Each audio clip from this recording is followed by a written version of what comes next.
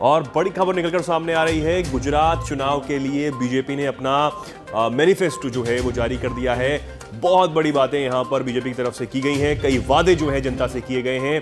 क्या इस बीजेपी के जो मैनिफेस्टो है उसकी बात करेंगे, लेकिन सबसे बड़ी खबर जो इस वक्त निकलकर सामने आ रही है इस मैनिफेस्टो से जुड़ी कि बीजेपी ने इस मैनिफेस्टो में यूसीसी यानी समान नागरिक कानून का जो है बात की है, उसका जिक्र किया है और कहा है कि ये जल्द ही लागू किया जाएगा। यानी कि जिसका ड्राफ्ट उत्तराखंड में तैयार कर लिया गया था चुनाव के वक्त, उस पर काफी जो है चीजें की गई थी। यूसीसी का जिक्र इस वक्त किया गया है, अमित शाह के द्वारा भी यहां पर लगातार किया गया है। अब जेपी नड्डा ने गुजरात पहुंचकर संकल्प पत्र में भी बीजेपी के वहां पर यूसीसी का जिक्र किया है और काफी तमाम बातें की हैं। यानी यूसीसी की जो आंच है वो अब गुजरात चुनाव में भी साफ तौर पर देखी जा सकती है और यह भी माना जा रहा है कि जल्द ही देश में ये जो कानून है वो लागू हो सकता है।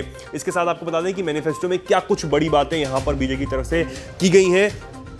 बीजेपी की तरफ से कहा गया है कि 5 साल में 20 लाख रोजगार यहां पर पैदा किए जाएंगे। इसी के साथ 1 लाख महिलाओं को रोजगार दिया जाएगा। 2 सी फूड पार्क की स्थापना यहां पर की जाएगी। सिंचाई नेटवर्क के लिए 25,000 करोड़ का बजट उसको देने की बात भी यहां पर मैनिफेस्टो में की गई है। इसी के साथ छात्राओं को इलेक्ट्रॉनिक स्कूटी देने का वादा बीजेपी की तरफ से इस मैनिफेस्टो के द्वारा किया गया है।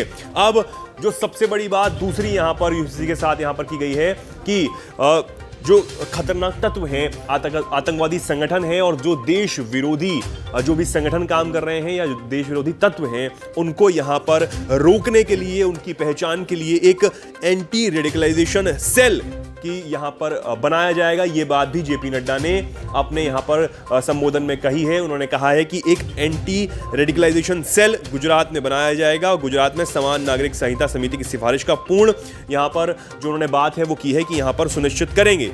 बीजेपी के हिंदुत्व के एजेंडे में समान नागरिक संहिता सबसे ऊपर बताई जाती है कि उन्होंने किस तरीके से उत्तराखंड चुनाव में भी और बाकी तमाम चुनाव में भी इसकी बात कही है। अब गुजरात चुनाव में भी वो इसी बात को लेकर आगे बढ़ते हुए नजर आ रहे हैं और ये भी समझ आ रहा है कि इस संकल्प पत्र में कट्टरपंथी सांप्रदायिक तत्वों से निपटने के लिए एक एंटी रेडिकलाइजेशन सेल का ऐलान भी किया गया है। और इस सेल से क्या कुछ होगा कि जिस तरीके से सोशल मीडिया पर देश विरोधी एजेंडे यहां पर चलाए जाते हैं और ग्राउंड पर भी किस तरीके से यहां पर देश विरोधी एजेंडे जो चलाने की कोशिश की जाती है, उनकी पहचान करने के लिए ये एंटी रेडिकलाइजेशन सेल की तैयारी यहां पर किया जाएगा, जिस वजह से इनकी पहचान हो सकेगी और उनसे निपटने का काम जो है यहां पर किया जाएगा। तो ये बड़ी बातें यहां पर बीजेपी के मैनिफेस्टो से निकलकर सामने आई हैं।